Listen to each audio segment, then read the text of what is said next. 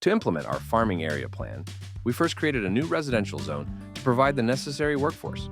With the addition of this neighborhood, the unemployment rate has risen significantly. That means we can now comfortably introduce new job areas. As a first step, we'll establish a farming zone in the fertile lands nearby. By connecting it to the railway, we'll be able to export agricultural products. To make the best use of the land, we need a clearer and larger-scale planning approach that includes the farming area. After completing the farm, we'll design a beautiful new neighborhood along the coast, where we'll also experiment with the latest content creator packs. We'll also add another highway connection from our schematic transportation plan. But before all that, we need to reshape the terrain while we still can, to set the stage for a stronger design. This way, we can shift from a two-dimensional plan to a three-dimensional one. Initially, we extended the main roads to create an entrance into this area. However, I later realized that the slope values were higher than I expected. We can also redesign the road layout to make better use of the fertile land. We'll soften the slope and spread it toward the inner parts of the area. Our main priority here will be to reshape the terrain in a way that allows for a more enjoyable and creative design.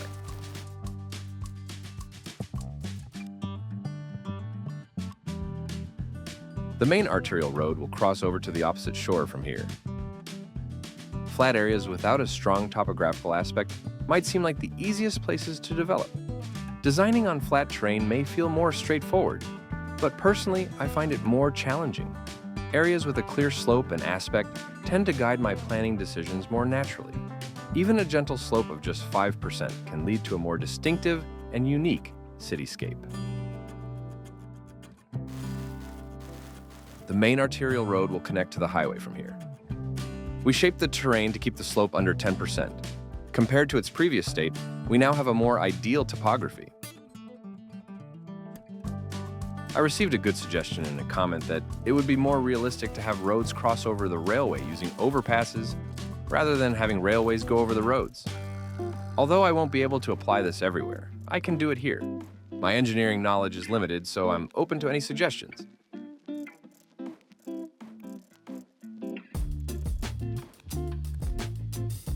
By extending the main highway and railway to the opposite shore, we will have defined the boundaries of the plan we're about to create. This turn is a bit sharp.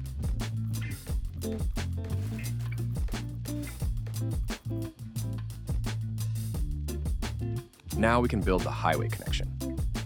The space for the interchange is a bit limited compared to the current state of the highway. Therefore, I want to shift the highway slightly to make things easier for me. Actually, I could have made a more realistic interchange by taking advantage of the existing topography. Since I struggle with these kinds of interchanges, I took the easier route. With this interchange, the number of city entrances will increase to 5. The more alternative routes we create, the traffic will be more evenly distributed and will ease up. Of course, it's also important that the routes we create are usable.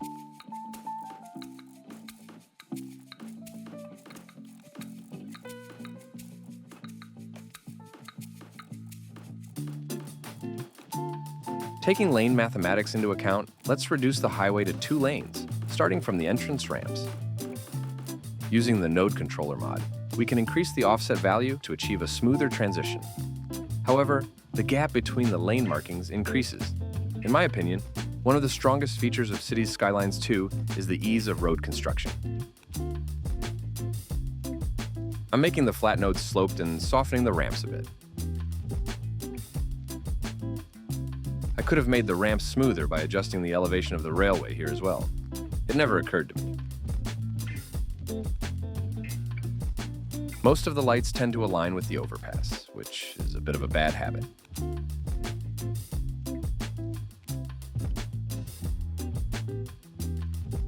We have a new city entrance, and it seems to be quite heavily used.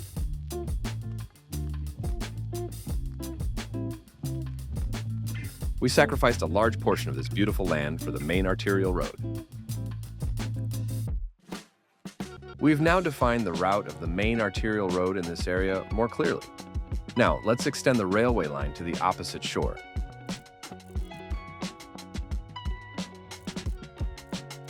I'm considering preserving this railway area as a historical element of the city.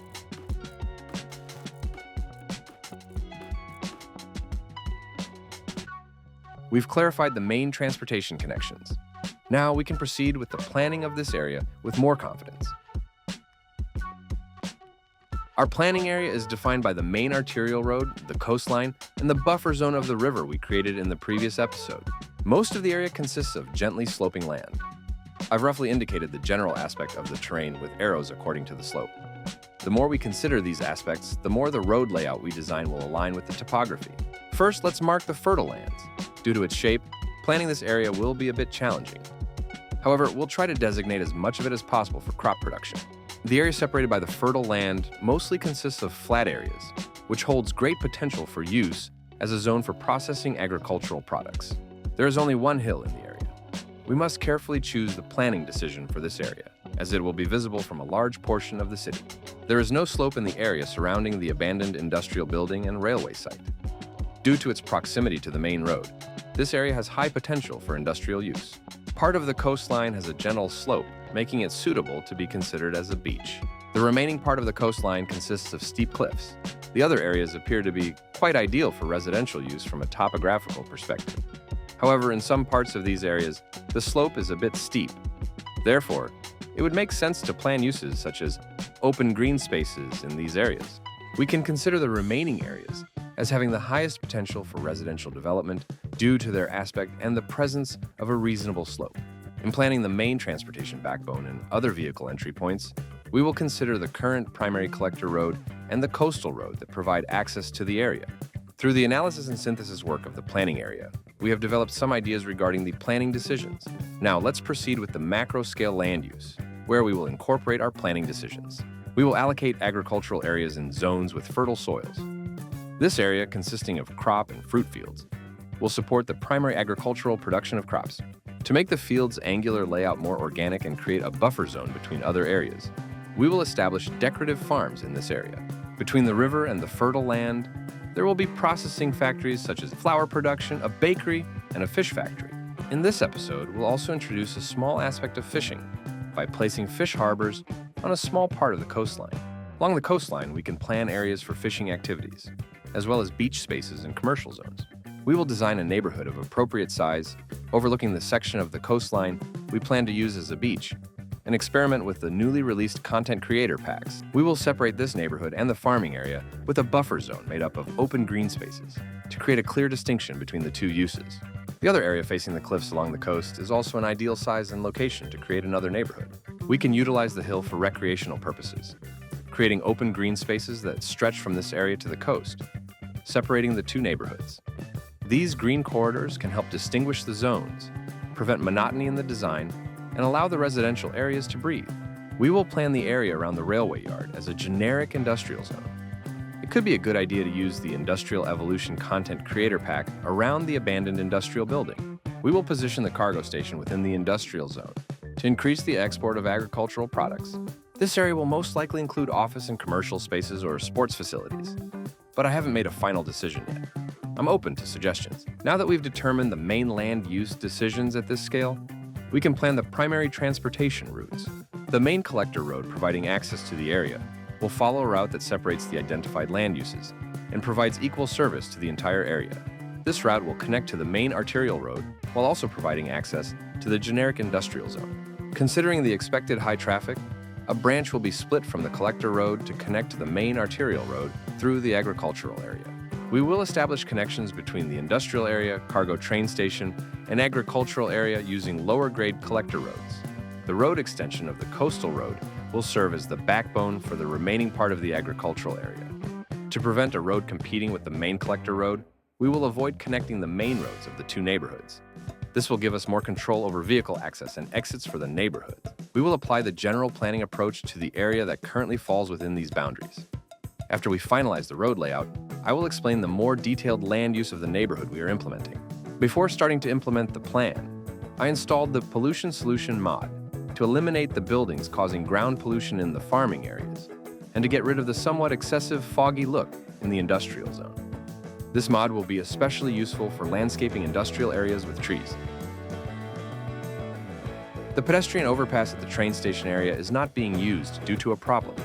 The bike lane is rarely used, so I will remove the bike lane and rebuild the pedestrian path. It seems that the overpass was not providing access to the train station site. Now everything seems to be in order. I've placed the road layout that I worked on offline in the area using the image overlay mod according to the plan. Now let's start creating the road network with the main collector road.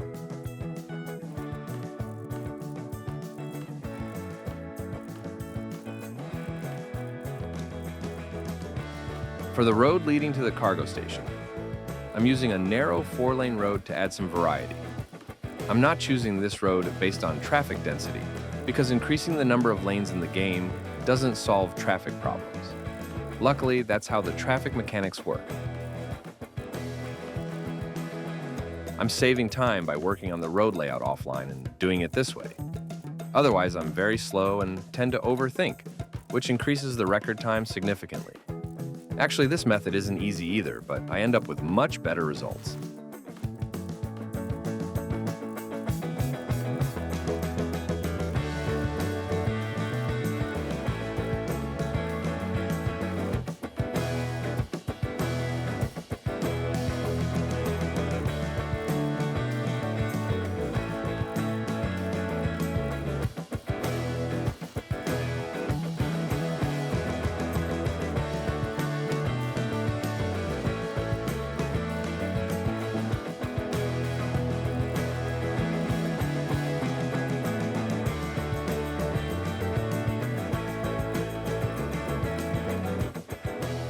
The construction of the fishing harbors, along with their own roads, limits the design.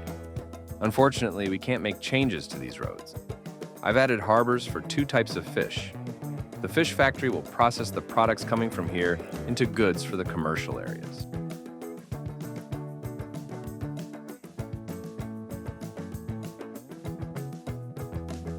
Let's differentiate the collector roads from the other roads by adding trees and medians.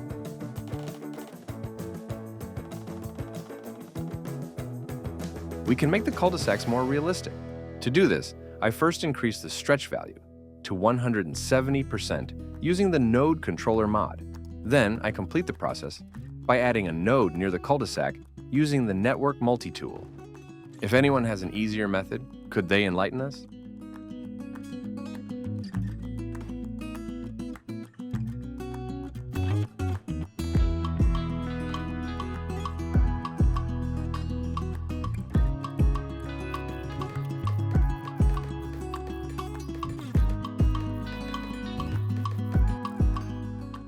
Let's increase our water and sewage capacity. It's time to designate a new area for the sewage and waste service buildings. I can place these buildings within the new industrial area I've outlined. By the way, it's quite surprising that we've reached almost 20,000 population with this small industrial area. The policies we've implemented have played a significant role in this. Everything is ready for the agricultural area. Before proceeding, let's take a look at the import and export data. In the imports, it can be seen that the generic industrial area imports small amounts of agricultural products. When we check the exports, it appears that generic industrial products are meeting the city's needs. However, when I look at imports again, it's noticeable that the entire pedestrianized commercial area in the center is importing goods all of a sudden. The reason for this might be that the cargo hubs in the center are importing at that moment. The current unemployment rate is 26%. Honestly, I'd prefer having a high unemployment rate rather than a lack of workers. Our main problem is the very high number of highly educated people.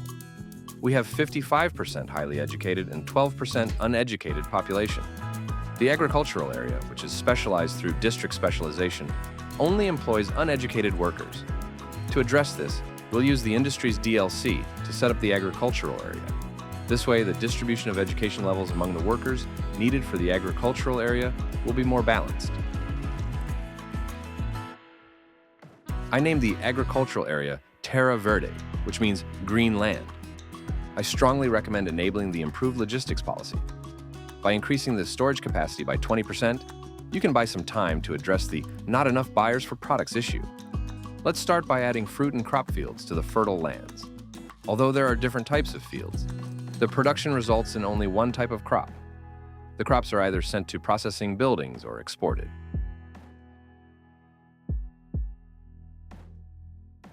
Fertile land is not required for animal pastures.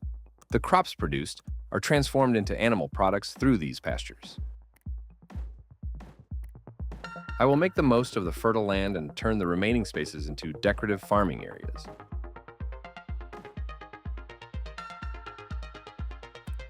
I'll make sure to adjust the fishing routes as well. The productivity of these routes depends on the length of the paths. This will help alleviate the city's omega shortage.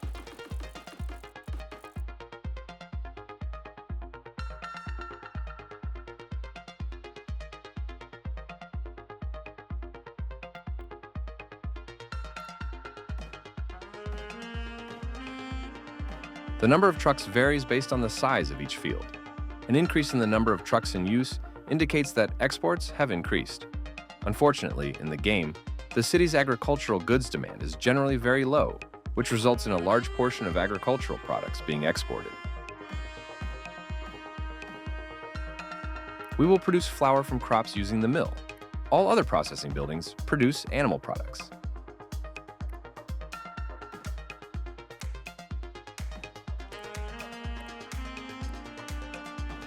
With the unique factory bakery, all special goods from the agricultural area are converted into luxury goods.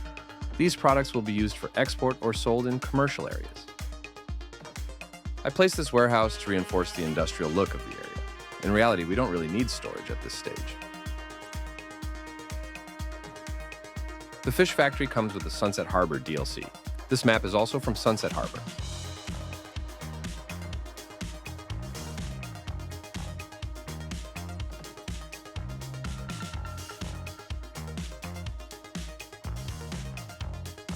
Each farm maintenance building increases the storage capacity by 5%. The workers' barracks increases the production rate by 5%. We'll add a few grain silos and observe how they function for a while.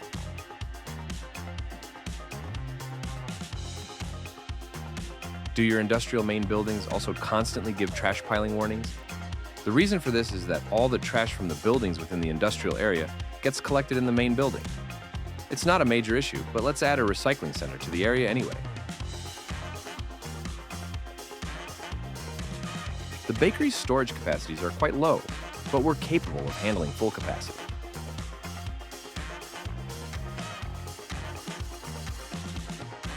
Currently, the number of trucks in use for the farms is quite high. As the silos fill up, we will see truck usage shift from the farms to the silos. It's time to add the cargo terminal. With the cargo terminal, we will be able to export agricultural products much more efficiently. Instead of extending the power line here, I temporarily added a wind turbine on the hill.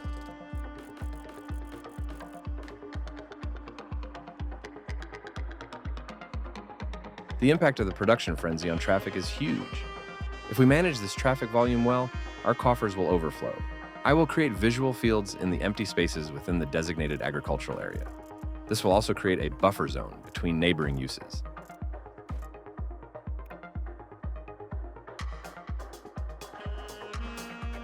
If we don't activate the lock forestry option in the tree control mod, the planted trees will negatively affect the fertile land. By enabling lock forestry, we will prevent the planted trees from impacting the agricultural area.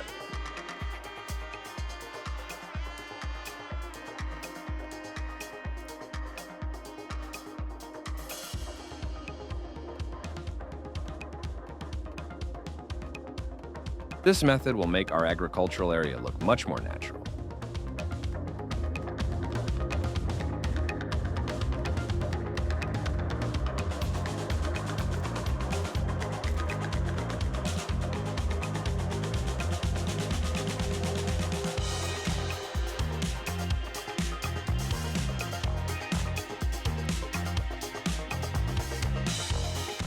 The best part of removing ground pollution is being able to green the industrial area.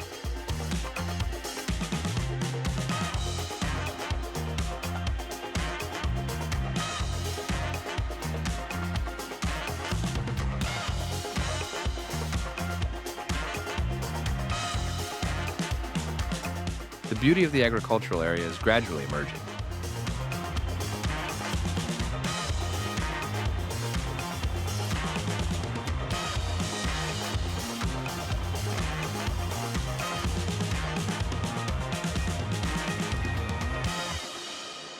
I've planned everything except for one thing, the fire station. We can use the historic fire station from the Seaside Resorts DLC here. However, its coverage area is much smaller compared to the other stations. Still, it looks great. The police station is also quite nice visually. Our farming area has reached level 5 already. We've nearly filled up our crop storage. The truck usage from the farms has decreased significantly. It seems like they've shifted their duties to the silos. The silos are now using all of their trucks. At this point, we've made a radical decision to remove the storage. I believe the farms and processing buildings can handle the current production with their own storage. If the storage of the farming buildings fills up, and we frequently face the not enough buyers for products issue, we will reconsider this decision. But if we don't encounter this problem, the traffic in this area will decrease. I'm temporarily setting the medium warehouse to store unique factory goods. Now, each farm will handle its own exports. We've successfully created an agricultural area that makes the best use of fertile land, combining functionality with a visually appealing design. Before continuing, I'll conduct a small test. Considering future uses, I'll try to redirect truck traffic to the main arterial road in this part of the route. For this, I've activated the heavy traffic ban policy. All articulated trucks have started using the main arterial road as I wanted. However, as you can see, this policy doesn't completely block all industrial traffic. Still, it significantly addresses our needs.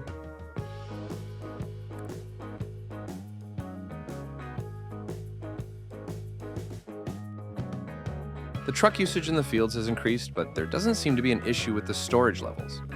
Let's note the export value, which is 2,261 units.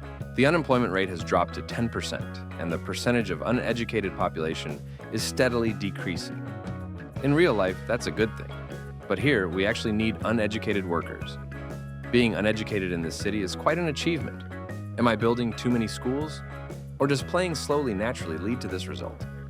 Now, let's determine the more detailed land use for the new neighborhood we're going to develop. First, we need to clearly define the main road. Normally, I plan a commercial street along the main road, but this time, we'll take a different approach. We will place the fire station, police station, and medical clinic in a central location close to the main road. We will start the commercial areas from the section with service buildings and extend them all the way to the end of the coastal road. This will create a commercial street leading towards the coast. By continuing the commercial areas along the coastal road, we will establish a dynamic coastline that separates fishing activities from residential areas. At the point where the commercial street reaches the coastline, we will place unique buildings to create a focal point. We will plan parking areas near the commercial zones, allowing people to park their vehicles and shop. A beach area will be included, featuring a walking path along the coast and functional parks. We will plan a green corridor between the residential areas, located between the coastal strip and the boulevard. An elementary school will be placed in this corridor, which will be situated among the residential areas. I'm considering not building a high school to limit education. We will define the boundaries of the neighborhood more clearly by planning open green spaces at the edge of the agricultural area and in areas with steep slopes. A functional park area between the agricultural land and the neighborhood will create a focal point between the two uses. We will establish pedestrian connections between the boulevard and the coastal area through pedestrian paths running through the green spaces. High-density residential areas will be placed near the boulevard and in areas with the highest elevation. The remaining areas will be designated for low-density residential zones. We've completed the necessary planning work. Now we can begin implementing the plan, starting with the service buildings. We can use countryside buildings for the service buildings. While looking at these service buildings, I noticed the range of their effect areas. According to the concept, the effect areas are very wide, almost 3 times that of a standard service building.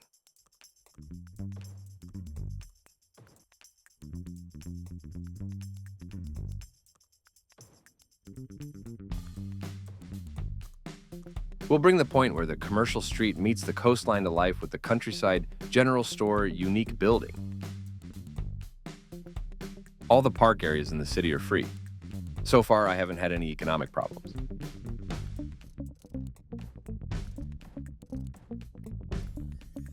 This slope will create a beautiful neighborhood view.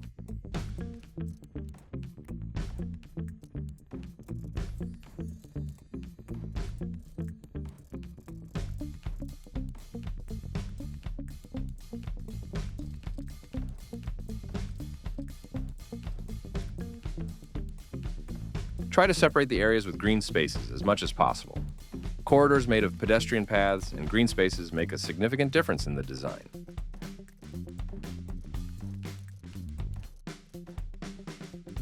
Placing the Gordon Park Pavilion from the seaside resort by the beach can add a nice touch.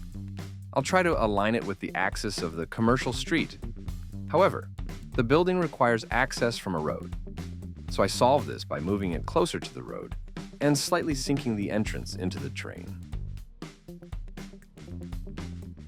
Thanks to the Parkify mod, we can build all parks without the need for a road connection. You can find the list of the mods I used in the description. The competition in the fishing industry is heating up.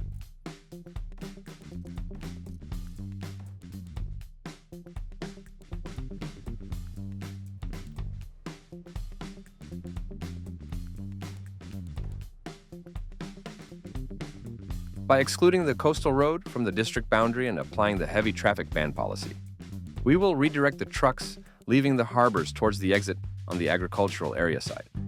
For this neighborhood, I will also enable the schools out policy. Although we are building a new neighborhood, we can consider this the city's first settlement. Old Shore is a coastal town that relies on fishing and agriculture. However, nearby, there are also industrial buildings and a train yard. It's possible that the area once thrived in industry, but shifted to fishing and agriculture after the industrial sector declined. Let's continue by adding high-density residential areas. I'll be using the emerging downtown content creator pack for these areas. Don't be misled by the word downtown. It has a variety that fits well in many places. This pack mainly consists of row buildings, so I recommend using it in areas with well-organized grids. Since I'll be placing the buildings myself, I'll minimize this issue.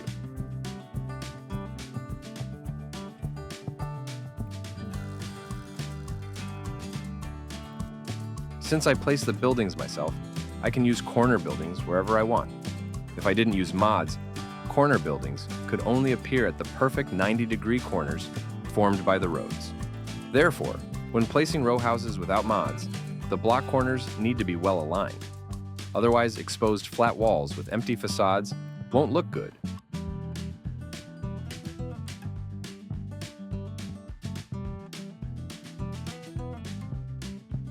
In emerging downtown, there are also detached style buildings.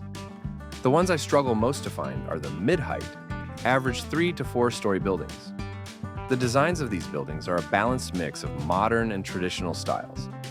However, I mostly see the buildings as boxes focused on their size. I'll try to mix detached and attached layouts in this block, pushing their boundaries a bit. That's why being able to place corner blocks wherever I want is crucial.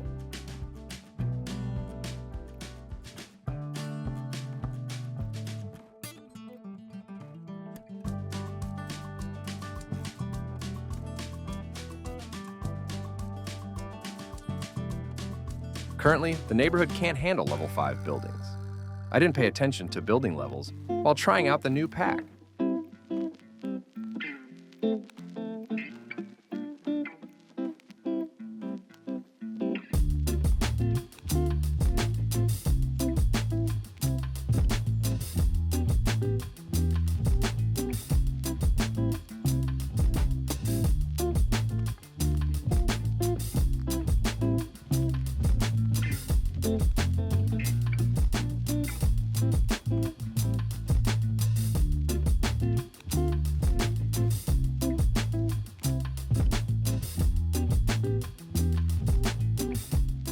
The land value is still low for some buildings.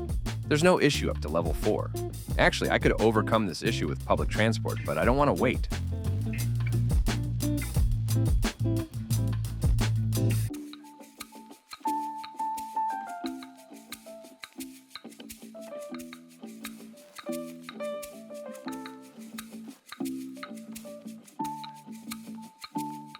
We've completed the high-density residential areas. I was seriously lacking buildings of this height. That's why the emerging downtown pack has been a great solution for this. Especially with well-organized grid road layouts, you can achieve really nice results. We will also use the emerging downtown content creator pack in the commercial area. This time, a row building layout has been chosen for all the buildings. Since the commercial areas are located in places with high land value, the structures are generally in a row layout. The building facades have a strong relationship with the street. Therefore, This pack is very ideal for the commercial street I want to create. It has become a great alternative to wall-to-wall and shopping mall growables.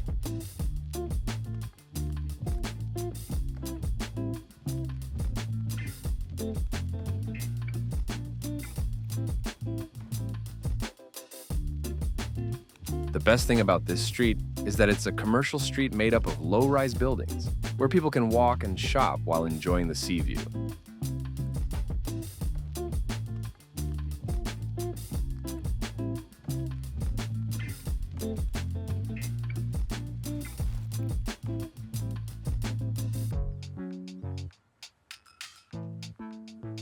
The commercial area along the coastline will not only act as a buffer between the residential area and the fishing harbors, but also blend the harbors with the neighborhood.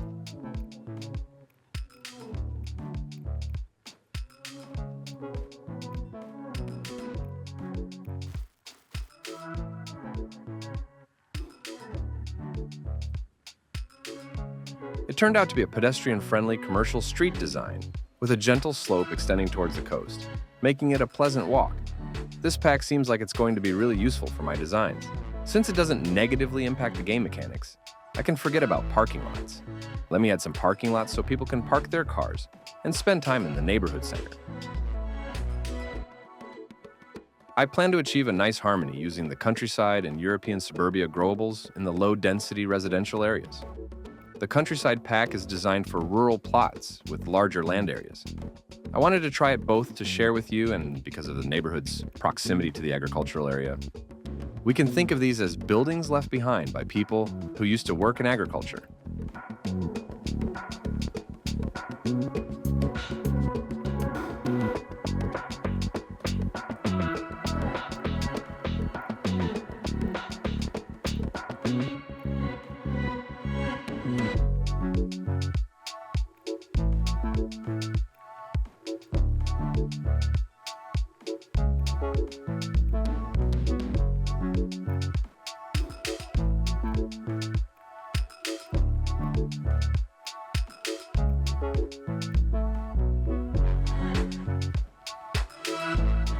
Level 5 buildings are still giving me land value warnings.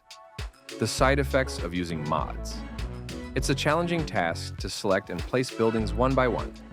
However, when I leave the growables to their own behavior through zoning, I usually get unwanted results. Since I'm more concerned with the size of the buildings rather than their aesthetic features, I try to use the right building in the right place and share it with you. It's almost impossible to achieve the desired result without using mods. I tried once, and even creating a small area according to the in-game time took years. This issue applies to Cities Skylines too as well. I wish they could come up with a solution without mods. Let's fill in the remaining areas with residential buildings from the European Suburbia pack.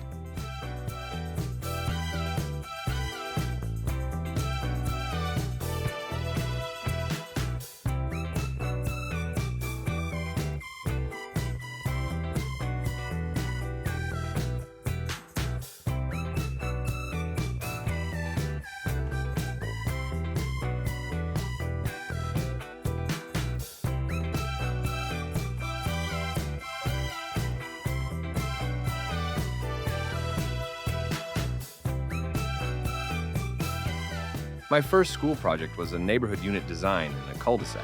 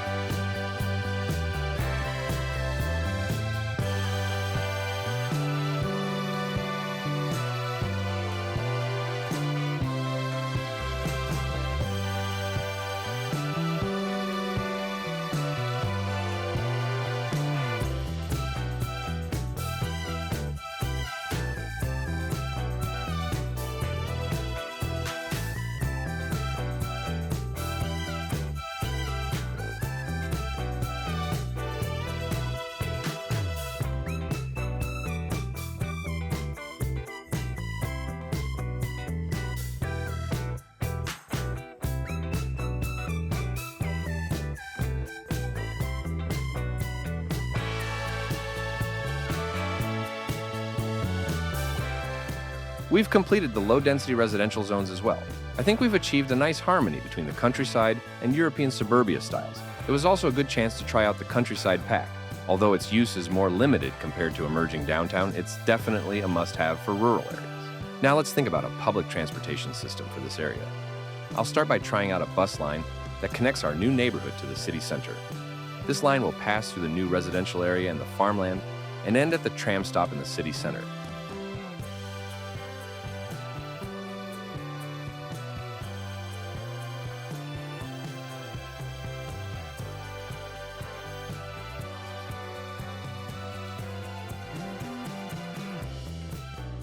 I love how much this game favors buses.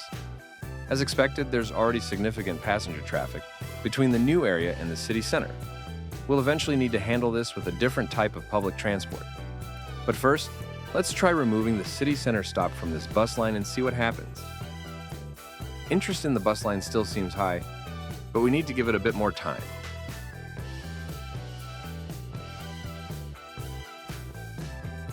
As expected, once we cut the connection to the city center, usage of the line dropped to almost zero. Now I'll try a tram line that can provide higher capacity public transport between the two areas. This line will also run along the main collector road, the boulevard. Due to their structure, tram lines need a turning loop or return track to continue operating along the same route. So if we want a linear tram line between the new area and the city center, we'll also need to plan out the roads where trams can turn around. We will introduce a tram line that will pass through 4 points, 2 stops in the newly developed area and 2 stops in the city center. We need to restructure the bus line to complement the tram line. This time, we will create a shuttle bus line that will transport passengers to the 2 tram stops in this area. Since there won't be much demand, we can use a minibus on this route. Let's also adjust the other direction.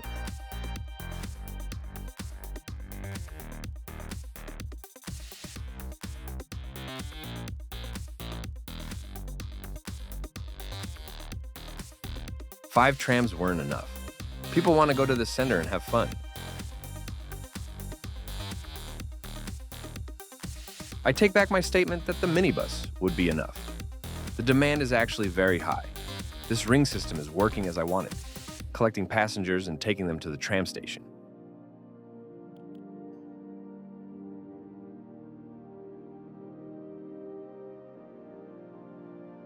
The number of passengers transferring from the bus to the tram is steadily increasing.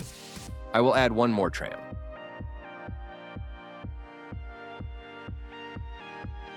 Since the bus we are using has a high capacity, we can manage this route with 2 buses. This way, we won't put too much strain on traffic. Since the passengers carried by the tram line transfer to the other tram line, we need to monitor these lines as well. Let's take a look at one of the buses. Passengers are picked up from the stop closest to the tram line in the direction of the new neighborhood. The first stop reached is the furthest one along the route, so it picks up fewer passengers. As the bus approaches the tram stop, the number of passengers increases. When it reaches the nearest tram stop again, passengers get off and transfer to the tram. It would be a good idea to add a crematorium to serve this area.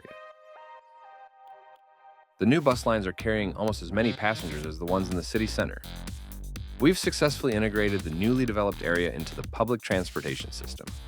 7 trams ended up being more than I planned, but there hasn't been any traffic congestion caused by the trams.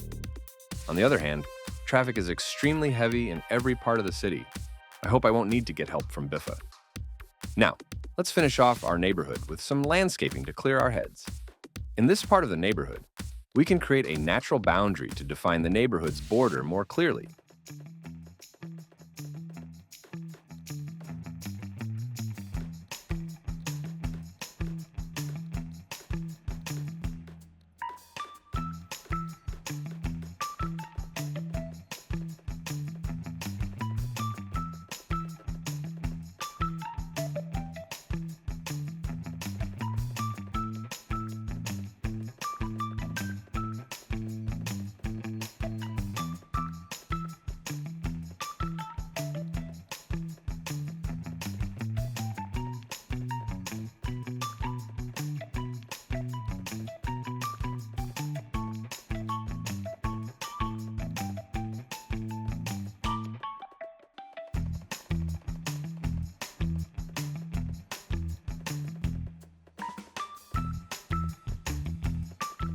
I like to place trees individually in a way that they look somewhat random.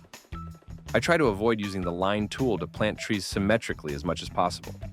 In my designs, arranging trees in a line using the line tool doesn't really work well.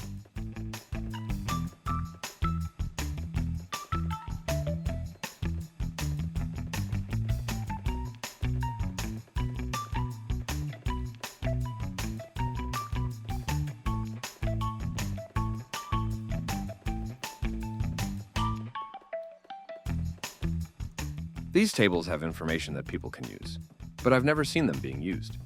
I wonder if they need to be closer to the road.